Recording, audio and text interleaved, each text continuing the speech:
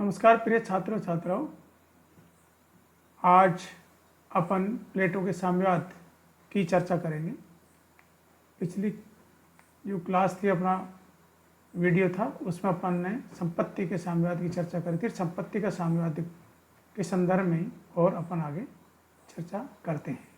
प्लेटो ने जो संपत्ति के संदर्भ में जो अपना विचार दिए थे, उन विचारों के बारे में अपन ने जो उन्होंने अपने साम्यवाद के समर्थन में जो आधार बताए, वो अपन ने पिछली उसमें चर्चा करी थी, मनोवैज्ञानिक, राजनीतिक और आर्थिक आधार पर। आज अपन चर्चा करेंगे प्लेटो के संपत्ति के साम्यवाद की विशेषताओं के संदर्भ में और प्लेटो के संपत्ति के साम्यवाद की क्या क्या कमियां रहीं, क्या क्या उसकी आलोचना है इस संदर्भ में। तो अपन इस संदर्भ में देखते हैं आगे के लिए। प्लेटो कहता है कि सैनिक व शासक वर्ग के स्वयं के कोई घर नहीं होगा। प्लेटो ने इनके लिए ऐसे शिविरों में रहने की व्यवस्था की है जो सदैव खुले और सार्वजनिक हों, यानी कि जनता के लिए हमेशा खुले हों, अर्थात वो सार्वजनिक हों। उन्हें सोना चांदी नहीं रखना चाहिए, अर्थात ये जो सोना और चांदी जो धातु हैं, ये उनके लिए किसी भी सूरत में नहीं रखनी चाहिए, ऐसा प्लेटो कहता है। प्लेटो आगे कहता है कि दिव्य प्रकार का स्वर्ण और रजत यानी कि चांदी, तो उनको का मतलब है यहाँ शासक और सैनिक वर्ग को देवताओं अर्थात ईश्वर से नित्य ही यानी कि प्रतिदिन अपनी आत्मा के भीतर प्राप्त है। अतः उनको मृत्युलोक की, प्लेटो इन दोनों चीज़ों को मृत्युलोक की निम्न कोटि की धातु कहता है। और वो कहता है प्लेटो कि उनको अर्थात शासक और सैनिक वर्ग को मृत्युलोक की निम्न कोटि की धातु की कोई आवश्यकता नहीं है। यहाँ पर देखते हैं कि एक धातुओं की कथा नाम से एक पुस्तक है।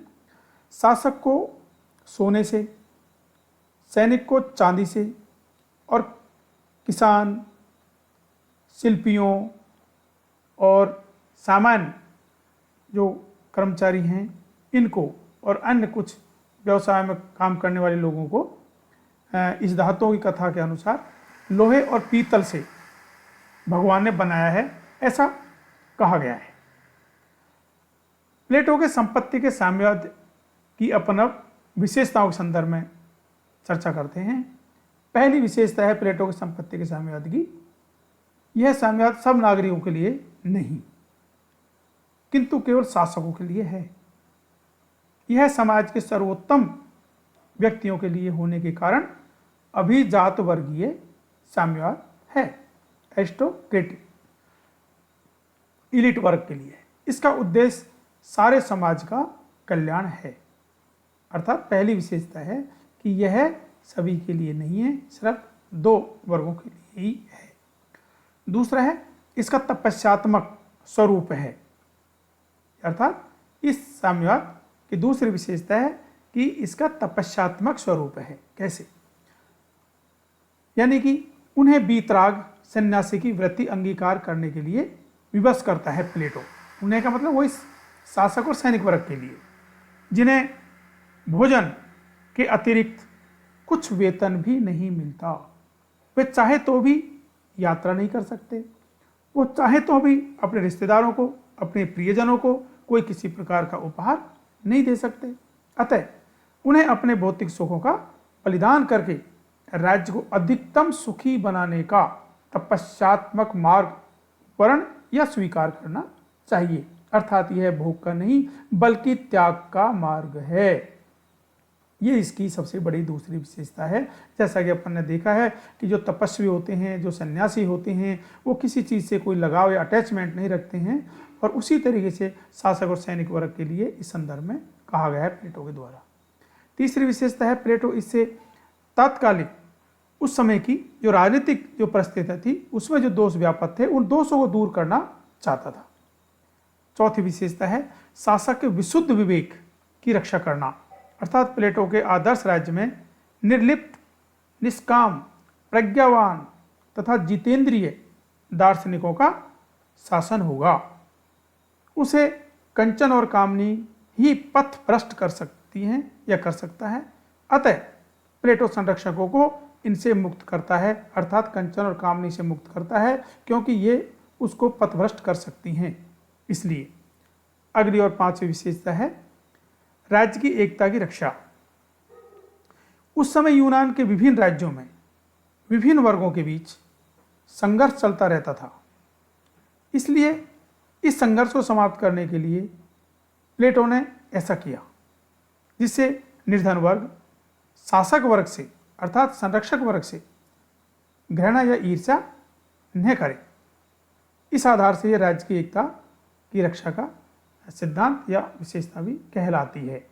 नेक्स्ट है छठी विशेषता है इसकी कि राजनीतिक सत्ता और आर्थिक सत्ता को पृथक पृथक रखना, अर्थात दोनों सत्ताओं को एक ही वर्ग के हाथों में नहीं देना चाहता था, क्योंकि यह अनर्थकारी होता है। ये स्वाभाविक ही है कि यदि किसी व्यक्ति के पास में धन हो और राजनीतिक सत्ता हो तो अपन जानते ही हैं कि वो दुनिया का बड़ा तानाशाह बन जाता है।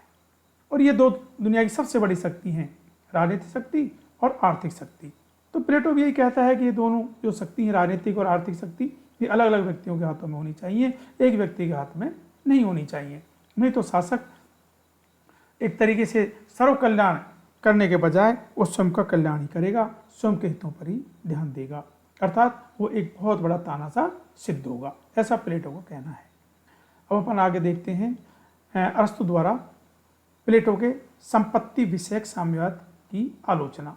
प्लेटो का जो प्रिय शिष्य था वो अरस्तु था, और अरस्तु अपने गुरु ने जो सिद्धांत दिया था संपत्ति का साम्यवाद, उसकी आलोचना करता है। तो उस आलोचना में पहला अपन लेते हैं, निजी संपत्ति के अभाव में व्यक्ति का समुचित विकास नहीं हो सकता तथा समाज की उन्नति भी अवरुद्ध हो जाएगी। ये बिल्कुल फैक्ट है। यदि किसी के पास में अपनी स्वयं की संपत्ति नहीं है, धन दौलत नहीं है, तो किसी भी सूरत में वो व्यक्ति अपना विकास नहीं कर सकता। और जब व्यक्ति स्वयं का विकास नहीं कर सकता तो देश और समाज की तो आप कल्पना ही नहीं कर सकते। आज अपन देख सकते हैं कि बिना निजी धन के अपन कोई भी कार्य नहीं कर सकते, ना ही तो अच्छा भोजन कर सकते हैं, ना ही अच्छा घर बना सकते हैं, ना ही अपने लिए आवश्यकता की चीज़ें अच्छी अच्छी खरीद सकते हैं, ना ही अपने बच्चों को अच्छी शिक्षा दिला सकते हैं, ना ही कोई अन्य कार्य कर सकते हैं। इसलिए निजी संपत्ति व्यक्ति के कल्याण के लिए आवश्यक है, और प्लेटो इसके विरोध करता है। दूसरी सी आलोचना है, मनुष्य में यह स्वाभाविक प्रवृत्ति है कि वह अपनी निजी संपत्ति रखना चाहता है, उसमें गर्व और गौरव का अनुभव करता है, उसे बढ़ाने में दिन रात लगा रहता है। व्यक्ति आप देखते हो कि अपने धन दौलत को बढ़ाने में मरते दम तक लगा रहता है, उसकी दौलत से कभी मन या आत्मा बढ़ती ही नहीं है। अब किसी भी संदर्भ में, किसी भी व्यक्ति के संदर्भ में देख लीजिए,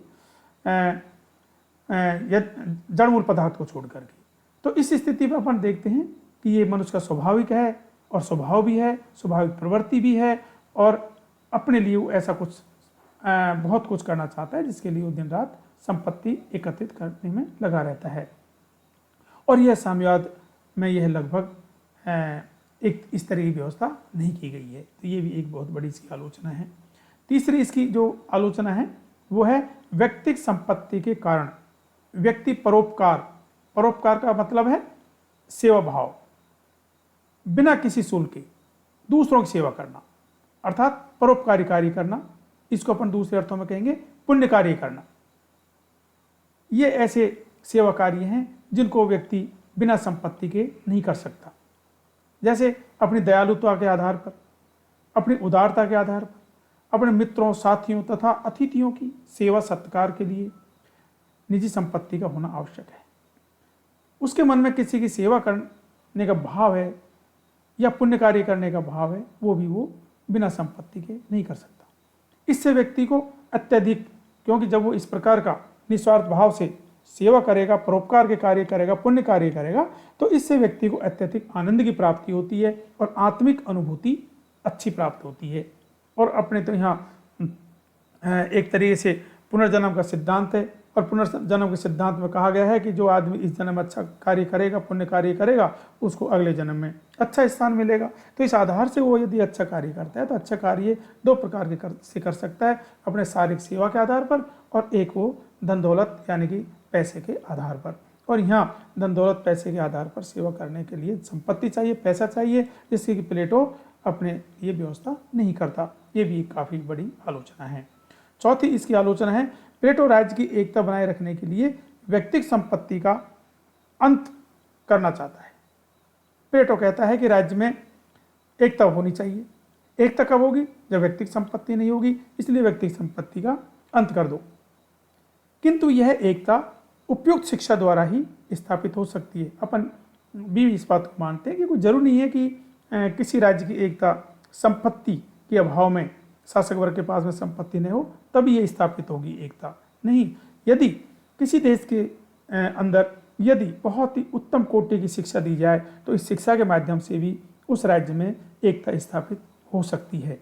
लेकिन यहाँ शिक्षा पर बल इस प्रकार का न दे करके और इस व्यक्तिगत संपत्ति पर दिया गया है, जो कि ये एक साम्यवाद की आलोचना है। अगली और पांचवी इसकी लास्ट जो आलोचना है वो है, इससे समाज दो वर्गों में बट जाएगा, जिससे देश में एकता स्थापित नहीं हो सकती। ये स्वाभाविक ही है। प्लेटो ये कहता है कि एक वर्ग है जो संपत्ति नहीं रखेगा और दूसरा वर्ग है जो संपत्ति रखेगा। जो संपत्ति रखेगा उसके लिए वो कहता है कि शासक वर्ग संपत्ति नहीं रखेगा, और जो सैनिक वर्ग है वो भी संपत्ति नहीं रखेगा, और जो संपत्ति रखेगा वो उत्पादक वर्ग रखेगा। तो स्वाभाविक है उत्पादक वर्ग के पास तो संपत्ति होगी और सैनिक और संरक्षक वर्ग के पास में संपत्ति नहीं होगी। तो एक दूसरे से ईर्ष्या होगी, घृणा होगी, नफरत होगी। और जब ये चीज़ें पैदा होती हैं परिवार में या समाज में या देश में, तो स्वाभाविक तौर से उस समाज में, उस देश में एकता स्थापित नहीं हो सकती।